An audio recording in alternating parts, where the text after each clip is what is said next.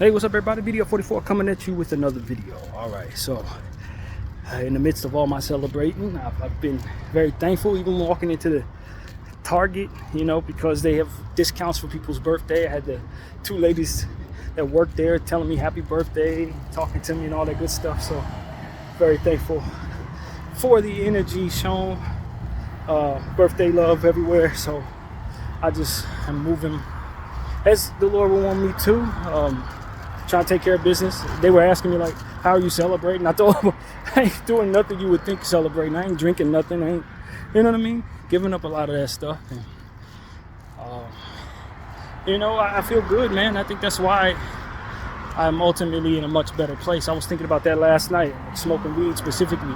I didn't really equate a lot of my depression to smoking weed. I smoked weed and then I felt depressed. But the correlation between one thing causing the other wasn't really something I was giving any credence to, I guess is the word.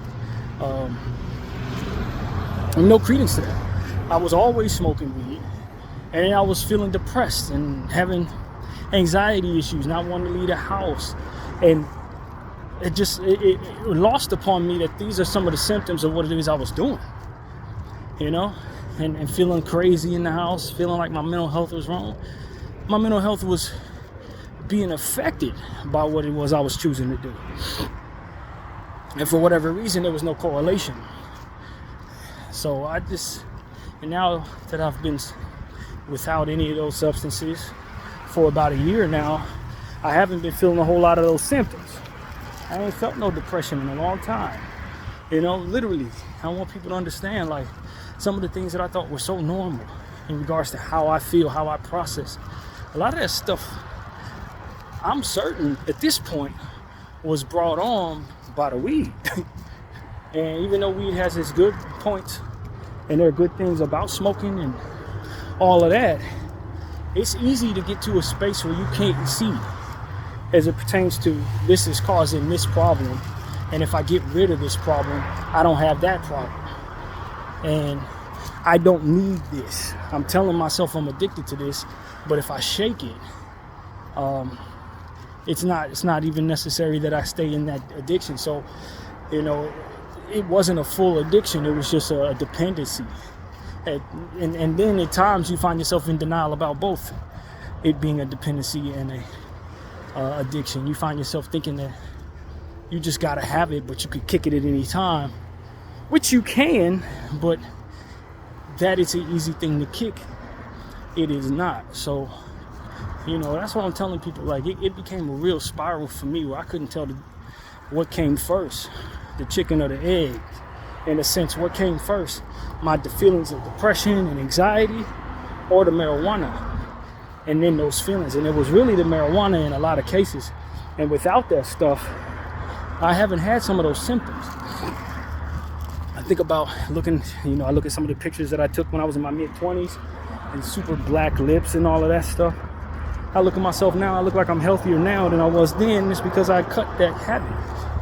It's no longer a part of my life. So I want people to understand, like, there are a few people that you're gonna come across that appreciated weed as much as I did. Like, there's a lot of people out there who smoke harder than me, but I think I love the weed as much as any of them did. But when I look back on some of the feelings that I struggled with and some of the things that I thought were just mainstays in regards to how my mind worked, and then I look at where I'm at now, a lot of that stuff was probably just brought about or you know, magnified by the weed itself, man. And I never really thought about that until now, or until basically last night, as I was really assessing, like, when's the last time you felt deep anxiety and not wanting to be around people? Like a need to stay home because you felt so self-conscious. When the last time you felt depressed to the point where you didn't want to get out of bed? Like, I don't have these problems. Like, those are problems I had when I was smoking weed. And I remember the first therapist I saw told me that. She was like, people like you, with the mind that you have, weed makes those feelings manifest. For other people, they can smoke and it'll take those feelings away. For people like you, it gives them to you. And so if you always high, you're going to always feel like that. And that's what I was going through in the house over at that other place. That's really what it was. I was suffering depression and behaving as if I didn't have control over making good decisions, doing things that were manic in nature. And what was the consistency about it all? I was smoking all the time. Every day, every night. In the morning, first thing I do, get up, smoke. And then whatever came with that, came with that. And if you stop seeing the correlation between smoking and those symptoms, you may lose sight of what your real traits are. And that's exactly what happened to me. You know, walking down the street right now to Target, there were days where, depending on how high I was, I would have forgoed an opportunity to do that even if I needed to. You know, just because I felt so self-conscious or so paranoid, anxious,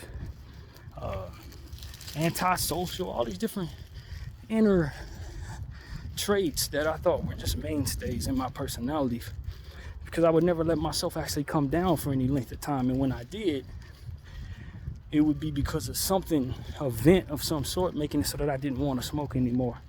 But I was always intent on getting back to it. You know what I mean? Always.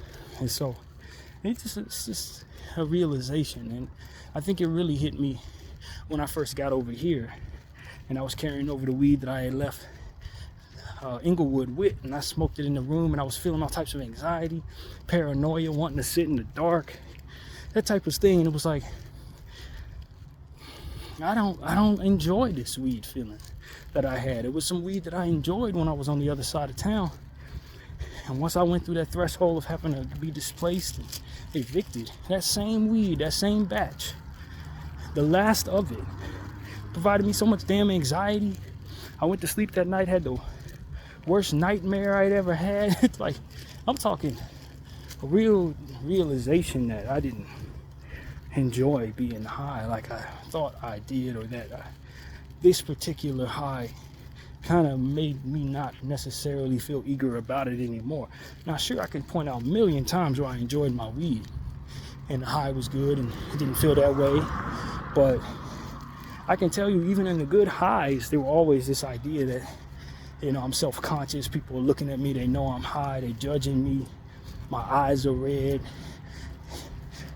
and self-consciousness would be the mainstay. So for me, it's like, I don't miss none of that, man. I may miss certain aspects of smoking, but there are several key aspects that I definitely now correlate with just smoking weed. And without the weed, I don't feel none of that. You know what I mean? I'm not a naturally depressed person like I thought. I'm not a naturally self-conscious person like I thought. I'm not, you know what I mean? Certain things. Not at all that. It was just, that's how what the weed did to me in a lot of cases, depending on the strain. And while you can try to smoke the same thing, like for example, I smoked, as you guys probably already heard me say several times in the past, I'd find one type of strain and smoke that, but different bags of whatever it was would give me different symptoms and highs any damn way. So it was almost like I was smoking something different every time, even when it was the same strand. I don't know why it was like that for me, but that's exactly what it was. So, you know, if you're wondering if I'm thinking about buying some weed on my birthday, I'm not today. If anything, I feel like I'm winning battles against that, for which I did not like.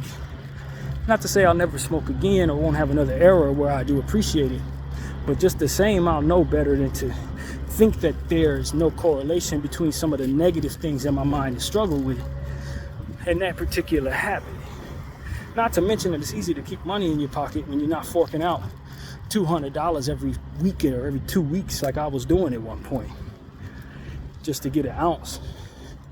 Buy an ounce, it would last me about 12 days, 11 days, and then I've got to fork out more money. It was like, that's where a lot of my money went. I don't think life goes the same way if I didn't have that habit for so many years of my life. So that's one aspect of it too. It ate away at a lot of what I had going on financially. It took away from a lot of different things I was able to do for myself.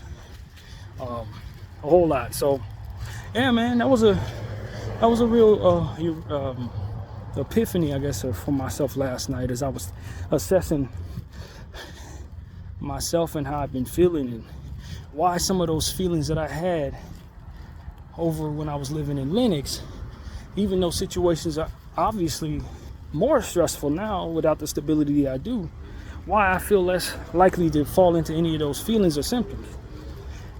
And the truth is, it's because I'm sober. It's the God's honest truth, man. So that's something I want to talk to you guys about. Like I said, everybody's different. That's not the reality for everyone. I don't think so. In fact, my therapist made a distinction between my brain and other people, so I want y'all to know that I don't think that's for everybody. But for me, it's the truth, man. And all of that is really some of the bad that came with it.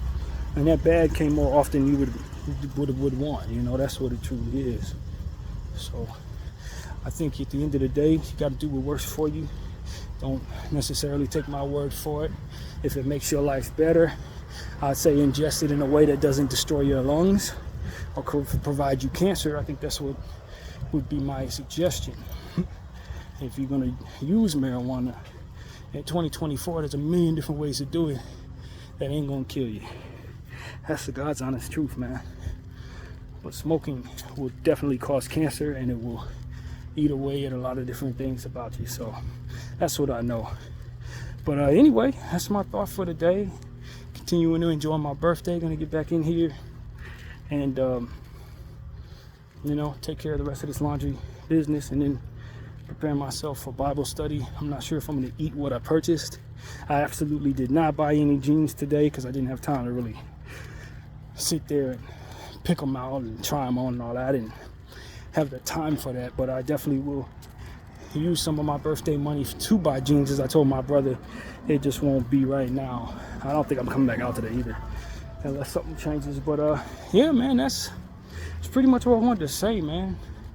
Just do what works for you, and if you're taking my word for it, understand that I was confused about what was working for me. That's really what it came down to. When it came to weed, I couldn't see the forest for the trees at all, man. And the way it had me warped up, because I thought it was helping. I really did. That's the devil in the detail. That's how you know something's not of God. If it's bringing problems and you can't see that, but you continue to go toward it as if it's helping you, that's a devilish trait. That is not of God at all, man. So that's pretty much what I gotta say. My name is BDO44. Thank you all for watching. I'm out.